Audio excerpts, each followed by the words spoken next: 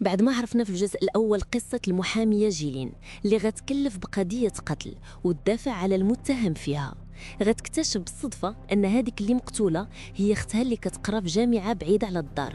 في هذا الجزء غنعرفوا التفاصيل وشكون القاتل وكيفاش غتصرف جيلين مع المتهم من بعد ما كانت هي المحامية ديالو.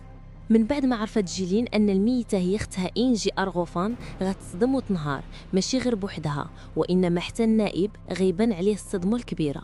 غتخرج جيلين من مركز الأموات وغتبقى تبكي، وغيتبعها إلغاز النائب باش يهضر معاها، ولكن ما غتجاوبوش وغتشوف فيه بنظرة انهيان وعدم ثقة، وغتنوض تمشي مباشرة لمركز الشرطة وتعلمهم أنها باغا تشوف الموكل ديالها تشينار وغيقبلوا حيت هي المحامية ديالو. ومن بعد غيوصل النائب إلغاز لنفس مركز الشرطة وغيقول صاحبه المفوض إيران أن المقتولة تعرفوا عليها وصدقات الأخت الصغيرة د المحامية جيلين. غيتصدم ومشيو كيجريو يتفرجوا من برا الغرفة اللي فيها تشينار وجيلين كيهضروا، وغيبقاو خايفين جيلين دير شي تصرف متهور.